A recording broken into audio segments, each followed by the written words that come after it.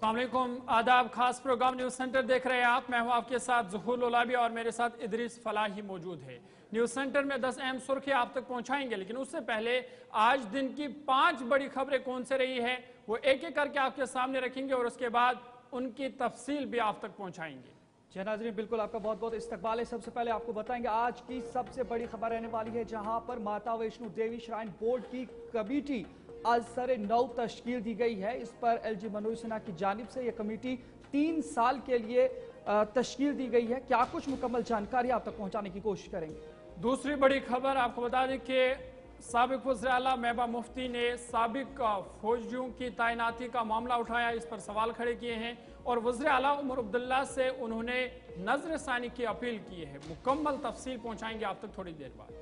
इसके अलावा electronic vehicles के लिए चार्जिंग सहूलियात दस्तियाब कराने के हवाले से KPDSL की जानिब से हुक्मनामा जारी किया गया है। खास करके जम्मू कश्मीर के हवाले से इसमें बड़ी खबर है, आप तक पहुंचाने की कोशिश करेंगे। चौथी बड़ी खबर मौसम के हवाले से होगी, क्योंकि तेज हवाओं से जम्मू कश्मीर में तबाही मची है, लेकिन जो बिजली है वो अब रिस्टोर कर दी गई है। मुकम्मल तफसील क्या है वो भी आप तक पहुंचाएंगे। इसके अलावा आपको ये भी बताएंगे विजय शाह का वो मामला जहां पर उन्होंने सोफिया कुरैशी यानी कर्नल सोफिया कुरैशी के खिलाफ गलत बयानी की थी, उनकी मुआफी भी सुप्रीम कोर्ट ने नामंजूर कर दी है और क्या कुछ मजीद इस पर कार्रवाई होगी आप तक पहुंचाने की कोशिश करेंगे। बात मौसम के हवाले से भी कहेंगे और आपको बता दें कि जम्मू कश्मीर के मौसम में मजीद तब्दीली का इम्कान है। कब तक मौसम में तब्दीली मुतवक्का है वो भी आप तक पहुंचाएंगे, लेकिन न्यूज़ सेंटर की शुरुआत बड़ी खबर के साथ करेंगे और आपको बता दें कि मामला कर्नल सोफिया कुरैशी का, जिनका एक अहम किरदार ऑपरेशन सिंदूर में रहा है, और कर्नल सोफिया पर मुतनाज़ा बयान का जो मामला है, इस पर आज सुप्रीम कोर्ट ने मजीद फटकार लगाई है। विजय शाह की माफ़ी को सुप्रीम कोर्ट ने नामंजूर किया है और अब इस मामले की जांच के लिए SIT तश्कील दी गई है। स्पेशल इन्वेस्टिगेशन टीम इसके लिए तश्कील दी गई है, वो पूरे मामले की छानबीन करेगी और SIT को हिदायत दी गई है कि वो 28 मई को अपनी पहली रिपोर्ट पेश करेगी। तो जिस तरह से सोफिया के हवाले से जो विजय शाह मध्य प्रदेश के वजीर हैं, उन्होंने मुतनाज़ा बयान दिया था, मामला अब सुप्रीम कोर्ट में है और सुप्रीम कोर्ट ने भी आज विजय शाह को मजीद फटकार लगाई है। नाज़रीन, बिल्कुल विजय शाह कानून के कटघरे में है और सुप्रीम कोर्ट ने मध्य प्रदेश के काबिनी वजीर विजय शाह के कर्नल सोफिया कुरैशी पर मुतनाज़ा बयान को लेकर एक बार फिर फटकार लगाई है। साथ ही अदालत ने इस मामले में SIT यानी स्पेशल इन्वेस्टिगेशन टीम की भी तश्कील को मंजूरी दी है। सुप्रीम कोर्ट ने विजय शाह का मुआफीनामा नामंजूर करते हुए मामले की जांच के लिए SIT की तश्कील का हुक्म दिया है। इस SIT में 3 IPS अफसर होंगे, जिसमें एक खातून अफसर भी शामिल होंगी और अदालत ने मध्य प्रदेश के बाहर के 3 आपको बता दें कि अदालत ने मध्य प्रदेश के बाहर 3 सीनियर IPS अफसरों की खुसूसी जांच कमेटी SIT बनाने को कहा है। अदालत ने कहा कि वो इस मामले पर करीब से नजर रखेंगे। इस सिलसिले में मध्य प्रदेश हुकूमत को नोटिस जारी किया गया है। अदालत ने कहा कि वो SIT को हिदायत देते हैं कि वो इस जांच के नतीजे में स्टेट्स रिपोर्ट के जरिए पेश करे। इस मामले पर SIT पहली रिपोर्ट 28 मई को पेश करेगी। जस्टिस सूर्यकांत और जस्टिस N कोटेश्वर सिंह की मौजूदगी में आज समाअत हुई। बेंच ने पूछा विजय शाह से कि आपने क्या माफ़ी मांग ली है। अदालत ने विजय शाह से कहा कि आपने क्या कहा और क्या माफ़ी मांगी, इसके वीडियोस दिखाए। हम जानना चाहते हैं कि आपने कैसे माफ़ी मांगी है। कुछ लोग तो इशारों से माफ़ी मांगते हैं, कुछ घड़ियाली आंसू बहाते हैं, हम जानना चाहते हैं। और अदालत ने विजय शाह के वकील महेंद्र सिंह से कहा कि हमें आपकी ऐसी माफ़ी नहीं चाहिए, आप पहले गलती करते हैं फिर अदालत चले आते हैं, आप जिम्मेदार रहनुमा हैं, आपको सोच समझ कर बोलना चाहिए, लेकिन आपने बहुत ही गंदी ज़ुबान का इस्तेमाल किया है। तो कुल मिलाकर अब मामला इसके लिए अब SIT तश्कील दी गई है। 28 मई को SIT अपनी पहली रिपोर्ट पेश करेगी और इस हवाले से लगातार भारतीय जनता पार्टी को भी तनकीद का निशाना बनाया जा रहा है, क्योंकि BJP ने जो उनके लीडर है विजय शाह, उनके खिलाफ खास कोई कार्रवाई नहीं की है। इस हवाले से BJP को भी तनकीद का निशाना बनाया जा रहा है।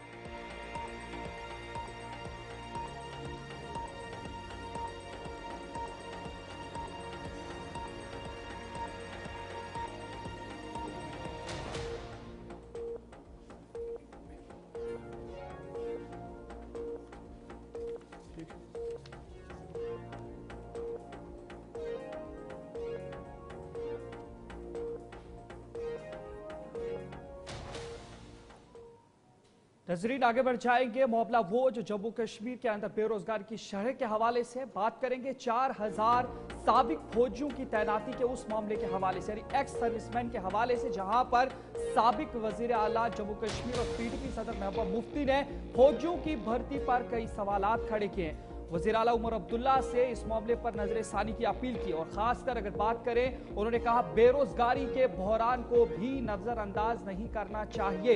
ये आप साफ तौर पर देख रहे होंगे जो ट्वीट किया गया है साबिक वजीर आला जम्मू कश्मीर और पीडीपी सदर महबूबा मुफ्ती की जानिब से, जिन्होंने साफ तौर पर इसमें कहा कि जो 4000 एक्स सर्विसमैन है और खास करके लाखों की तादाद जो शरह पहुंच गई है बेरोजगारी में, उन तमाम चीजों के हवाले से जम्मू कश्मीर की हुकूमत नजर सानी करे। जम्मू कश्मीर के साबिक वज़ीर आला और पीपल्स डेमोक्रेटिक पार्टी की सदर महबूबा मुफ्ती ने नेशनल कॉन्फ्रेंस हुकूमत से पहलगाम हमले के बाद 4000 साबिक फौजियों को सरकारी तनसीबात की हिफाजत पर मामूर करने के फैसले पर नजरसानी का मुतालबा किया है। महबूबा मुफ्ती का कहना था कि उन्होंने जम्मू कश्मीर के वज़ीर आला उमर अब्दुल्ला को इस हवाले से खत लिखकर इस फैसले पर दोबारा गौर करने की अपील की है। महबूबा मुफ्ती ने समाजी राब्ता का एक्स पर लिखा कि साबिक फौजियों के लिए मेरे दिल में इज्जत और इंतहाई शुक्रगुजारी के बावजूद हम जम्मू कश्मीर के लाखों नौजवानों की बढ़ती हुई बेरोजगारी को नज़रअंदाज नहीं किया जा सकता। उन्होंने कहा कि ये मसला महज मुआशी नहीं बल्कि एक समाजी हंगामी सूरत हाल है। उन्होंने मजीद कहा कि जम्मू कश्मीर में तालीम याफ्ता नौजवानों को रोज़गार के महदूद मौके मैसर है और शदीद मायूसी के बायस कई नौजवान नशे की गिरफ्त में आ चुके हैं, जबकि कुछ खुदकुशी जैसे इंतहाई इकदाम की तरफ भी माइल हो रहे हैं। उन्होंने मजीद कहा कि हमें उनके मुस्तकबिल का ख्याल रखते हुए उनकी मदद करनी चाहिए।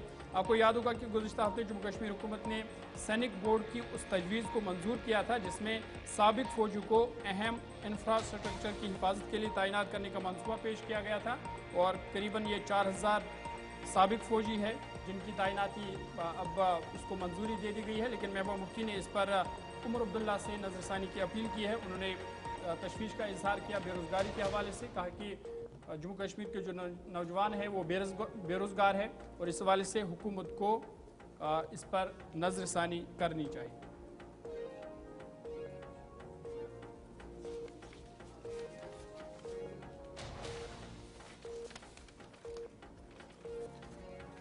चलिए, बात महबूबा मुफ्ती के हवाले से हो रही है तो बात लेफ्टिनेंट गवर्नर मनोज सिन्हा के हवाले से भी करेंगे। और आपको बता दें कि लेफ्टिनेंट गवर्नर मनोज सिन्हा ने माता वैष्णो देवी श्राइन बोर्ड के लिए जो कमेटी है वो तश्कील दी है। माता Vaishno Devi shrine board committee दोबारा तश्कील दी गई है। ये बड़ी खबर आपको बता रहे हैं कि लेफ्टिनेंट गवर्नर मनोज सिन्हा ने कमेटी तश्कील दी है और कमेटी में 9 आला सतही मेंबरान पर यह कमेटी मुश्तमिल होगी। कमेटी के मेंबरान 3 साल की मुद्दत के लिए मुंतखब किए गए हैं। 3 साल के लिए वो अपने फ़राइज़ जो है वो अंजाम देंगे। और ये बड़ी खबर और अहम पेशरफ्त कि माता Vaishno Devi shrine board committee जो है वो दोबारा तश्कील दी गई है और 9 जो आला सतह मेंबरान हैं उनको इसमें शामिल किया गया है। जी बिल्कुल ज़हूर, अगर बात करें तो लेफ्टिनेंट गवर्नर मनोज सिन्हा ने श्री माता वैष्णो देवी श्राइन बोर्ड की तश्कील 9 की है और जिंदगी के मुख्तलिफ शोबों से ताल्लुक़ रखने वाली 9 मुमताज़ शख्सियात को 3 साल के लिए मेंबर के बतौर नामजद किया है। बोर्ड की तश्कील 9 की मंजूरी का नोटिफिकेशन लेफ्टिनेंट गवर्नर ने जारी किया है, जो श्री माता वैष्णो देवी श्राइन बोर्ड के चेयरमैन भी हैं। आपको बता दें कि नवारकान में इस मेंबरान के हवाले से अगर आप जानकारी देंगे तो सौदा मूर्ति महामंडलेश्वर श्री स्वामी विश्वेश्वरन गुरेजी महाराज, डॉक्टर अशोक भान IPS रिटायर और इसी तरीके से श्री बलेश्वर राय IAS भी इसमें शामिल है। कुल मिलाकर 9 मेंबर जो है वो इसमें इंक्लूड किए गए हैं और फिलहाल 3 साल मुद्दत के लिए ये कमेटी तश्कील दी गई है। 3 सालों के लिए ये अपने फ़राइज़ जो है वो अंजाम देंगे। और लेफ्टिनेंट गवर्नर मनोज सिन्हा जो श्री माता वैष्णो देवी श्राइन बोर्ड के चेयरमैन भी है, उन्होंने ये कमेटी तश्कील दी है।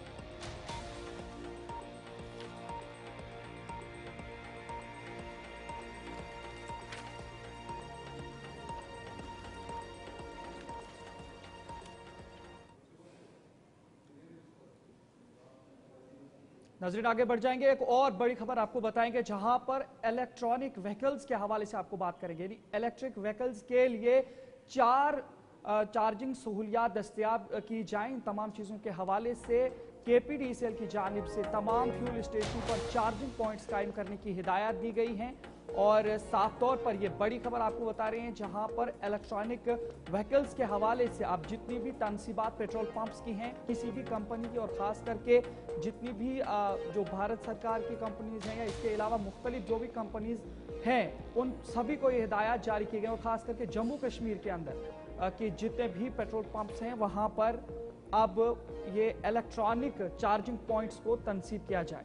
ये अहम पेशरफ्त तो हुई है, और जिस तरह से हम देख रहे हैं कि इलेक्ट्रिक गाड़ियों में तादाद रोज़ बरोज़ उसमें इजाफा हो रहा है, और उसके पेश नज़र अब जो फ्यूल स्टेशन है या जिसे हम पेट्रोल पंप कहते हैं, वहाँ पर इलेक्ट्रिक व्हीकल्स के लिए चार्जिंग सहूलियात भी मैसर रखी जाएगी। इस वाले से कश्मीर डिस्ट्रीब्यूशन कॉरपोरेशन लिमिटेड ने तमाम डिवीजन्स को हिदायत जारी की है कि वो फ्यूल स्टेशन पर इलेक्ट्रिक व्हीकल्स के लिए चार्जिंग स्टेशन के क़याम के अमल को मुकम्मल करें, इसमें तेज़ी लाए ताकि ये सहूलियत यहाँ पर सार्फिन को फराहम की जा सके। इस हवाले से जो ऑर्डर जारी किया गया है उसके मुताबिक वजारत बिजली हुकूमत हिंद इस मनसूबे की बराह रास्त निगरानी कर रही है, इसलिए मुतल्लिका डिवीजन्स को हिदायत दी गई है कि जहाँ भी IOCL यानी इंडियन ऑयल कॉरपोरेशन लिमिटेड या HPCL हिंदुस्तान पेट्रोलियम या भारत पेट्रोलियम जैसे तेल कॉरपोरेशन है, वहाँ पर कहा गया है कि वो ये चार्जिंग सहूलियत मैसर रखे। डिमांड नोट और ड्राफ्ट मौसूल हुआ है, वहाँ सब स्टेशन और HT या LT लाइन समेत तमाम इलेक्ट्रिक इंफ्रास्ट्रक्चर फौरी तौर पर कायम किया जाए ताकि यहाँ पर जो चार्जिंग सहूलियत है वो मैसर रखी जाए।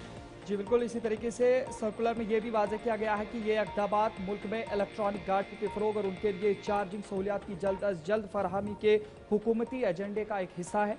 और चीफ इंजीनियर डिस्ट्रीब्यूशन के KPDC जानिब से जारी करदा इस हिदायत को इदारे के managing directors, superintending engineer, executive engineer और इलाकाई तेल कंपनियों के सरबराहान को भी इरसाल किया गया है ताकि तमाम मुतालिका रस्मी कार्रवाइयाँ और इंफ्रास्ट्रक्चर की तनसीब बगैर किसी ताख़ीर के मुकम्मल की जा सके। जहाँ पर आपने देखा कि अब पूरे मुल्क के अंदर और ख़ासकर जम्मू कश्मीर के अंदर भी इलेक्ट्रॉनिक व्हीकल्स अब ज़्यादातर मिकदार में बढ़ रही हैं, और इसी को पेश नज़र रखते हुए और मद्देनज़र रखते हुए ये बड़ा फैसला, जहां पर सभी पेट्रोल पंप्स को ये कहा गया था कि वहां पर इलेक्ट्रॉनिक चार्जिंग पॉइंट रखा जाए, और अब उस पर बाज़ाब्ता तौर पर यह भी कहा गया कि इस पर निगरानी भी रखी गई है, और निगरानी के बतौर इस पर जल्द से जल्द काम किया जाए ताकि जितनी भी इलेक्ट्रॉनिक व्हीकल्स हैं उनकी तरफ लोग ज़्यादा से ज़्यादा आ जाएँ, और पेट्रोल से जो इन्हिसार है पेट्रोल पर, उससे इन्हिसार ख़त्म होकर के इंसान बिजली की तरफ आए। और इन तमाम चीज़ों के लिए इस चीज़ को जल्दी से किया जाए ताकि लोग इस चीज़ से फ़ायदा उठा सकें।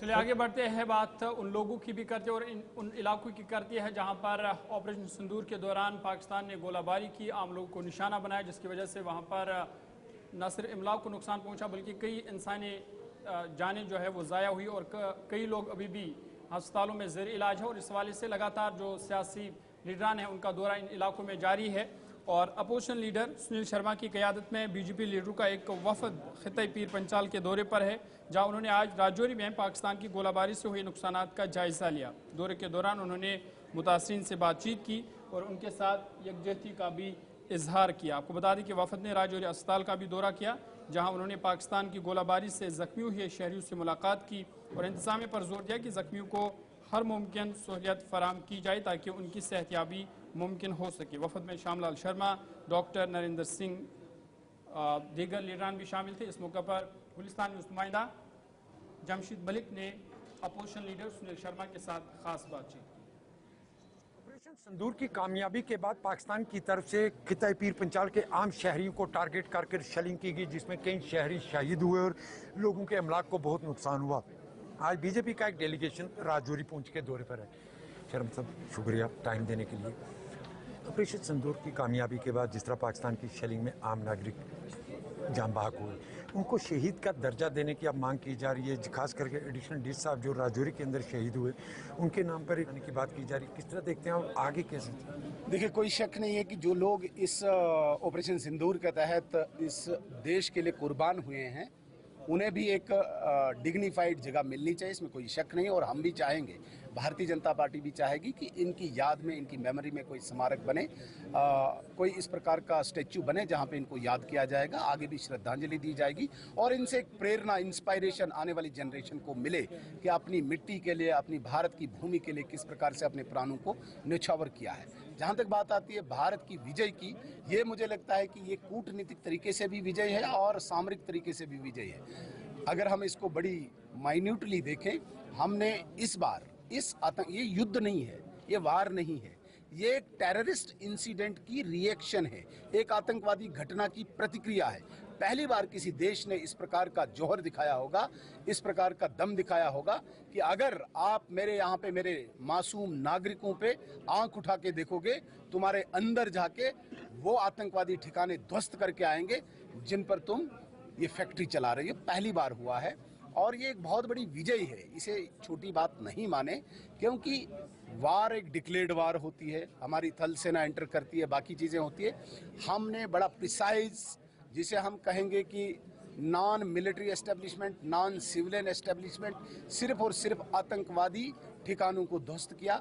जब पाकिस्तान ने वहां से हमारे सिविलियन एरिया को निशाना बनाया, उसके बाद हमने उसकी 11 एयर बेसिस को तबाह किया और उसके बाकी भी जितने भी मिलिट्री एस्टेब्लिशमेंट है उसको निशाना बना के उसको एक जवाब दिया है। अगर उसे अक्ल होगी तो लाइन पे रहेगा, दिमाग से काम करेगा, नहीं होगी तो अपने लोगों के साथ साथ पूरे मुल्क को तबाह करेगा। इस बार शेलिंग में सबसे ज़्यादा नुकसान पहुंच नहीं पाया है, जहां आम नागरिकों की जानें भी गई और इमलाक को बहुत ज़्यादा नुकसान पहुंचा है। अब रिलीफ की बात जहां तक सामने आ रही है, उसमें बहुत सारी चीज़ें अब ये निकल कर सामने आ रही हैं कि उनका पहले जायज़ा लिया जा रहा है कि उनको कितना नुकसान है, फिर उन लोगों से ये कहा जा रहा है FIR दर्ज करवाएं। मैं आपको बताना चाहूँगा, जितनी भी औपचारिकताएं, जितनी भी फॉर्मेलिटीज़ होनी थी, सब हो चुकी है। किसी को भी कोई दफ्तर नहीं घूमना है, उनके घर पे, उनके डोर स्टेप पे इस वक्त लोग गए हैं और जानकारी ली है। एक एक्सरसाइज और कर रहे हैं कि भाई इनके ब्रेक के बाद आपका बहुत बहुत इस्तकबाल है। आगे बढ़ेंगे और आपको बताएंगे कश्मीर में तेज हवाओं से काफी ज्यादा तबाही देखने को मिली, फसलों को बड़े पैमाने पर नुकसान देखने को मिला। इस हवाले से अगर बात करें तो इंतजामिया ने नुकसान का आज जायजा भी लिया है और साथ ही जहां पर बिजली मुतासिर हुई थी, आज शाम तक 100% बिजली बहाल होने के हवाले से भी जानकारी मिली है। तो ये बड़ी खबर आपको बता रहे हैं, जहां पर ये कश्मीर के हालात, जहां पर गुज़श्ता शब तेज और तुंद हवाएं, तूफान और आंधी देखने को मिली और साथ ही कुछ तेज तरार बारिशें भी, जिसके नतीजे में काफी ज्यादा नुकसान देखने को मिला। वहीं पर जहां ट्रैफिक मुतासिर रहा, उसी में बिजली भी मुतासिर देखने को मिली थी और अब ये बताया जा रहा है कि आज बिजली भी रेस्टोर हो जाएगी शाम तक 100%। और साथ में ये जो तबाही हुई है, इन तमाम चीज़ों का इंतजामिया की जानिब से जायजा भी लिया गया है। वादी कश्मीर में गुज़िस्ता शाम मुतअद्दिद इलाकों में आंधी और तूफान से रिहायशी मकानों, दुकानों और दीगर इमलाक को शदीद नुकसान पहुँचा है। श्रीनगर से लेकर बडगाम, फिर गांदरबल, कुलगाम, शुपियाँ, पुलवामा, कुपवारा, बारामुल्ला, बांडीपोरा, लगभग तमाम अजला में तेज़ आंधी से बड़े पैमाने पर नुकसान पहुंचा है। अचानक आई शदीद आंधी ने तबाही मचा दी। इस तूफ़ानी आंधी के नतीजे में दर्जनों घरों, मसाजिद और दीगर इमलाक को नुकसान पहुंचा है, जबकि दरख्त गिरने से एक खातून की मौत और कई लोग जख्मी भी हुए हैं। तूफ़ान इस कदर शदीद था कि कई मकानों की छतें उड़ गई, दीवारें गिर गई और लोगों में खौफ हिरास की फ़िज़ा कायम हुई। आंधी से खड़ी फसलों, मेवा बागात को भी शदीद नुकसान पहुँचा है। इधर ज़िला शुपियाँ के इलाके केलर में गुज़िस्ता शाम एक अफसोसनाक वाक़ा पेश है, जब तेज़ आंधी के बायस एक दरख्त खेमे पर जा गिरा, जिसके नतीजे में एक लड़की जान बहक जबकि उसका वालिद जख्मी भी हो गया। जी बात करें मालमपुरा, कमरवारी, श्रीनगर में भी इस तरीके से गुज़श्ता शब आंधी तूफान से कई रिहायशी मकानों की छतें उड़ गई हैं, जिसकी वजह से काफ़ी नुकसान देखने को मिला है। नूरबाग, कमरवारी, श्रीनगर में भी इसी तरीके से रिहायशी मकान और दीगर इमलाक को नुकसान पहुंचा है।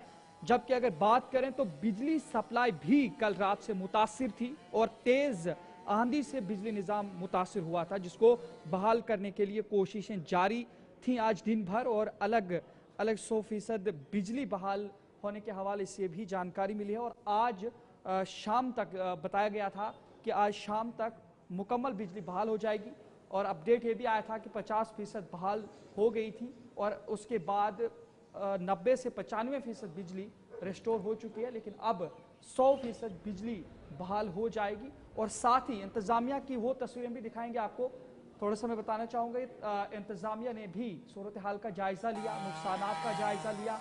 इलाकों के अंदर जहाँ पर नुकसानात हुए, इमारतें गिर गई हैं, पेड़ पौधे गिर गए हैं, फसलों को नुकसान पहुँचा है, इन तमाम चीज़ों के हवाले से इंतज़ामिया ने भी नुकसान का जायज़ा लिया है और तमाम तर नुकसानात को रिपोर्ट भी किया गया है और इन तमाम चीज़ों के हवाले से सूरत हाल को देखा भी जा रहा है और काफ़ी हद तक अब सूरत हाल पर काबू पा लिया गया है।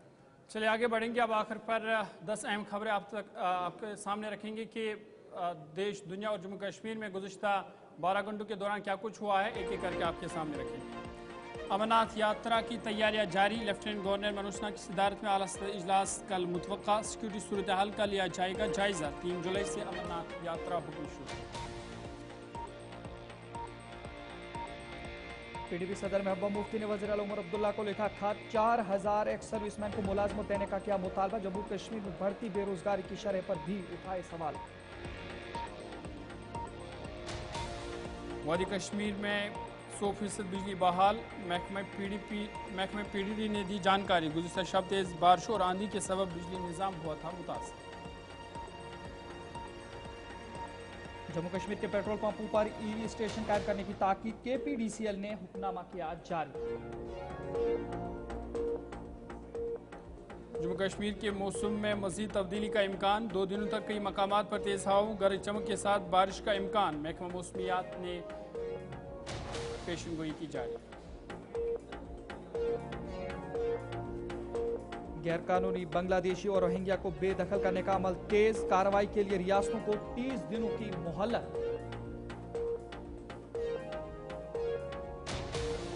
वज़ीर खारजा एस जयशंकर का अहम सफारती मिशन। जयशंकर 6 रोज़ा दौरे पर 3 ममालिक रवाना। दौरे का मकसद स्ट्रैटेजिक ताल्लुकात को फ़रोग़ देना है। सोने की कीमत में बड़ी रियायत। एक हफ्ते में 10 ग्राम सोना 4000 रुपए सस्ता हुआ। गुज़श्ता हफ्ता सोने की मार्केट में नरमी का रुझान। पाकिस्तान को क्रिकेट के महाज पर भी अलग थलग करने की तैयारी। एशिया कप समेत कई टूर्नामेंट्स में हिस्सा नहीं लेगी टीम इंडिया।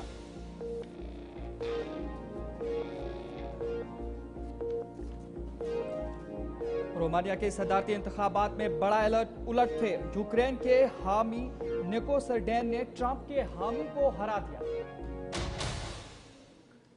चलिए इसके साथ न्यूज सेंटर में आज हमारे साथ इतना ही। अपने मेजबान ज़ुहूर ओलावी और इद्रिस फलाई को इजाजत दीजिए। देश दुनिया की बाकी खबरों के लिए आप देखते रहिए गुलिस्तान न्यूज़।